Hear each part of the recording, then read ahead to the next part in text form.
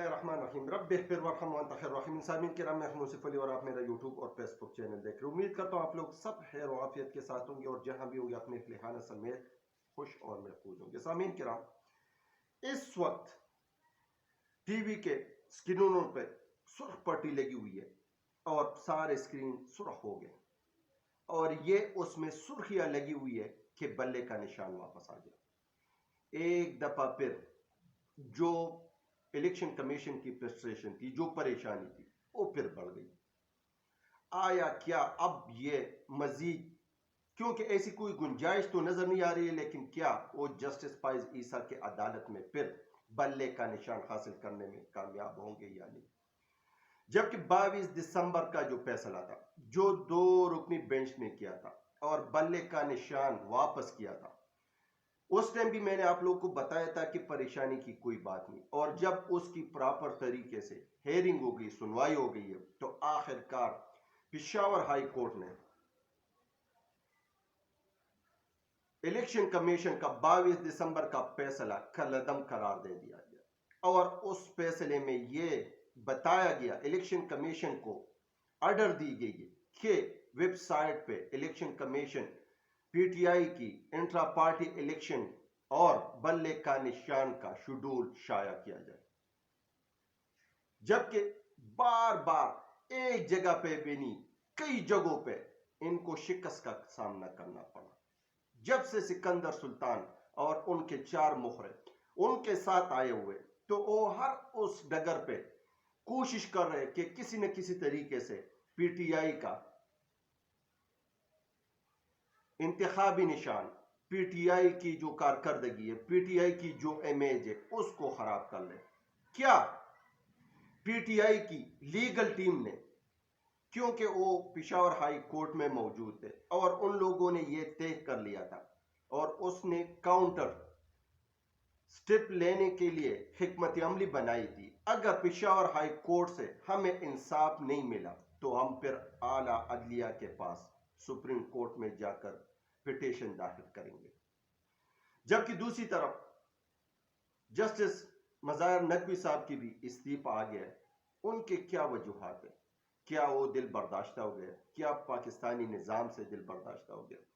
جبکہ دوسری طرف یہ سوشل میڈیا پہ اور الیکٹرونک میڈیا پہ یہ بات گردش کر رہی ہے کہ میں بھی ہو سکتا ہے کہ نون لیگ والے الیکشن سے بائیکاٹ کر لیں، کیونکہ جو لندن پلان تھا، جو رجیم چینج پلان تھا، اس کے جو مہرے ان لوگوں نے ایک دوسرے کے ساتھ لگائے ہوئے تھے، وہ تو سارے تتر بتر ہو گئے۔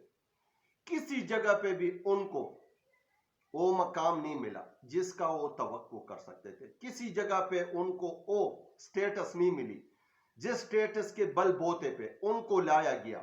نیب نے ہاتھ اٹھایا کہ نواز شریف صاحب کے کیس سارے جھوٹے تھے۔ نادرا خود چل کے ایئرپورٹ پہ پہنچ گیا اور نواز شریف صاحب کی بائیو میٹرک کر دی۔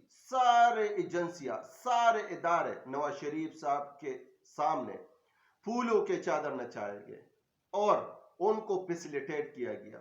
کوئی ایک پوائنٹ ایسا ہو جس پہ نواز شریف صاحب کو فیسیلیٹیٹ نہ کیا گیا ہو، لیکن پھر بھی وہ ابھی بھی ناراض ہے کہ میں جو چاہ رہا تھا، جو مجھے بتایا گیا ہے، اسی طرح نہیں ہوا۔ کیونکہ ایک بندے کا، وہ کہتا ہے ایک عورت اپنے مرد کی جب ناراض ہوتی ہے تو وہ کہہ رہے کہ مجھے مرد سے اچھی محبت نہیں ملی، جبکہ اس مرد کے اور اس عورت کے 5 سے 6 بچے ہوتے تھے، تو اچھی محبت اور کون سی ہوتی ہے؟ لیکن معذرت کے ساتھ نواز شریف صاحب بھی کہہ رہے کہ مجھے عدلیہ سے اچھی محبت نہیں ملی، جبکہ ان کی نااہلی ختم کی۔ اور اچھی بات ہے، سیاست دانوں کی نااہلی 5 سال سے زیادہ نہیں ہونا چاہیے۔ اگر وہ کوئی غلطی کرے، کوئی پالٹ کرے یا کوئی ایسی ہیرا پیری کرے، تو ان کو سبق سکھانے کے لیے صرف اور صرف ان کو 5 سال کے لیے سیاست سے باہر رکھنا ضروری ہوتا ہے۔ کیونکہ وہ جب جیسے مچھلی پانی سے باہر ہوتا ہے اور وہ تڑپتا ہے، اسی طرح یہ سیاستدان، یہ سائرن اور یہ 2 پروٹوکول گاڑی آگے اور پیچھے، ان کے بغیر ان کا گزارا نہیں ہوتا، یہ تنہائی میں بیٹھ کے پاگل ہو جاتے ہیں۔ لیکن نون لیگ والوں کا قصہ کچھ اور ہے، کیونکہ ان کے پاس دوسرا پلین ہوتا ہے اور وہ جا کے لندن میں بیٹھ جاتے ہیں، اور جب ان کی باری کا ٹائم آ جاتا ہے تو وہ واپس آ جاتے ہیں۔ لیکن صرف اور صرف یہاں عدلیہ سے معصومانہ سوال ہے کہ کیا بھٹی صاحب کو پھانسی دی گئی؟ کیا بھٹو صاحب نے کیا کیا تھا جو عدلیہ نے ان کو پھانسی دی؟ پھر اس کے بعد اب بھٹو صاحب کے کیس لگ گئے کہ ان کی کیس کی نظر ثانی کی جائے اور ان کو معصوم ثابت کیا جائے۔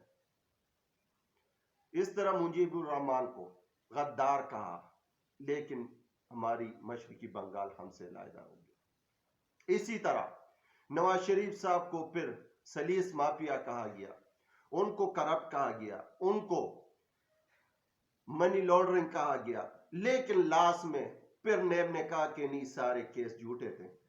عدلیہ نے کہا کہ نہیں، ان کے ساتھ جو ہوا ہے وہ ناانصافی ہے، اور پھر سارے ایجنسیاں پیچھے ہٹ جاتے ہیں۔ تو اب عمران خان صاحب کے اوپر کیسز ہے، تو کیا ہم یہ توقع کر سکتے کہ عمران خان صاحب کے کھاتے میں بھی بعد میں یہی ہوگا کہ نیب کہیں گے کہ نہیں، جو ہم نے کیسز بنائے تھے وہ سارے غلط ہیں، عدلیہ کہیں گے کہ نہیں، عمران خان صاحب پہ جو کیسز تھے وہ سارے جھوٹے ہیں؟ کیونکہ یہ 75 سال سے یہ سرکس لگا ہوا ہے۔ نئے عدلیہ کے ججز پرانے ججز کے فیصلے کا لدم قرار دیتے ہیں اور کہہ دیتے کہ ہم جو کہہ رہے ہو ٹھیک ہے، اور پھر جب نئے جسٹس آ جاتے ہیں تو وہ پچھلوں کے فیصلے کا لدم قرار دیتے اور کہہ دیتے کہ ہم ٹھیک ہے۔ یہ سرکس اور یہ میلے لگتے رہیں گے، اور اس طرح ہمارے ملک پاکستان کا بیڑا غرق ہوتا جائے گا۔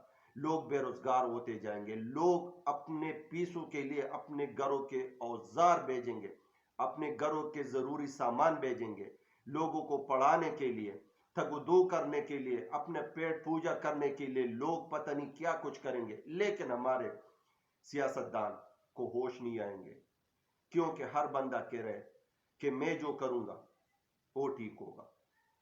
75 سال سے ہمارا ملک ٹریک پہ نہیں چلا۔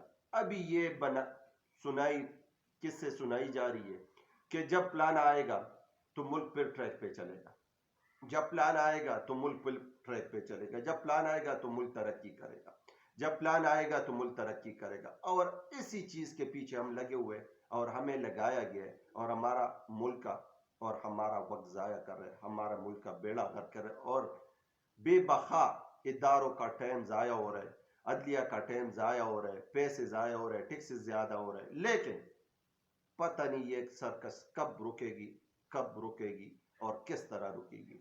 آخر عمران خان صاحب کی ٹیم، پی ٹی آئی کی ٹیم پھر سیاسی دنگل میں آگے اور ان کے سارے جو کیسز ہیں سٹیپ بائی سٹیپ ختم ہوتے جا رہے ہیں، اور ان کے جو بندوں کے کاغذات مسترد ہوئے تھے وہ بھی قابل قبول ہو گئے، اور سارے لوگ اب الیکشن لڑیں گے، اور اب الیکشن کا دنگل لگے گا۔ اب دیکھنا یہ ہے کہ کن کا کوے کا پانی میٹھا ہے، کن کوے کے پانی میٹھے ہیں۔ اب یہ دیکھنا ہے کہ کون آگے آئے گا اور کون اس نظام کو آگے لے کے جائے گا اور پاکستان کو ٹریک پہ چلائے گا۔ پاکستان زندہ باد، پاکستان پائندہ۔